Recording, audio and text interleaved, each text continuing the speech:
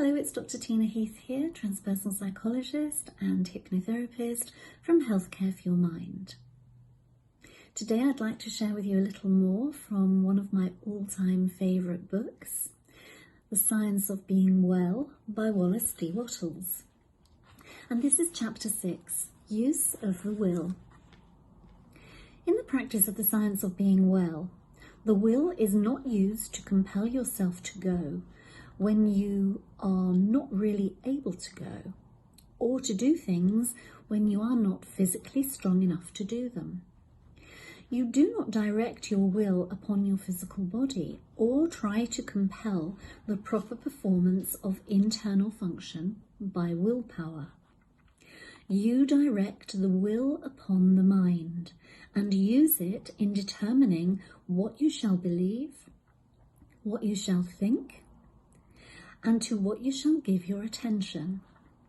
The will should never be used upon any person or thing external to you, and it should never be used upon your own body. The sole legitimate use of the will is in determining to what you shall give your attention, and what you shall think about the things to which your attention is given. All belief begins in the will to believe. You cannot always and instantly believe what you will to believe, but you can always will to believe what you want to believe. You want to believe truth about health, and you can will to do so. The statements you have been reading in this book are the truth about health, and you can will to believe them. This must be your first step toward getting well. This is the statement you must will to believe, that if a person will think only thoughts of perfect health, he must and will cause the internal and involuntary functioning of his body to be the functioning of health, provided that his external and voluntary functioning and attitude are in accordance with his thoughts.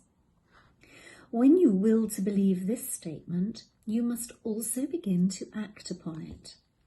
You cannot retain a belief long unless you act upon it. You cannot increase a belief until it becomes faith, and unless you can act upon it. And you certainly cannot expect to reap benefits in any way from a belief so long as you act as if the opposite were true. You cannot long have faith in health if you continue to act like a sick person. If you continue to act like a sick person, you cannot help continuing to think of yourself as a sick person. And if you continue to think of yourself as a sick person, you will continue to be a sick person. The first step toward acting externally like a well person is to begin to act internally like a well person. Form your conception of perfect health and get into the way of thinking about perfect health until it begins to have a definite meaning to you. Picture yourself as doing the things a strong and healthy person would do. Have faith that you can and will do those things in that way. Continue this until you have a vivid conception of health and what it means to you.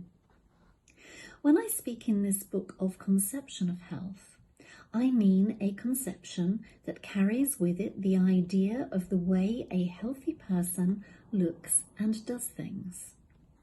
Think of yourself in connection with health until you form a conception of how you would live, appear, act, and do things as a perfectly healthy person.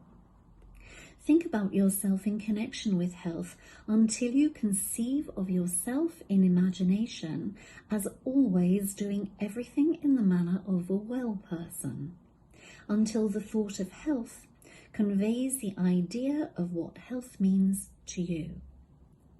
As I have said in a former chapter, you may not be able to form a clear mental image of yourself in perfect health, but you can form a conception of yourself as acting like a healthy person.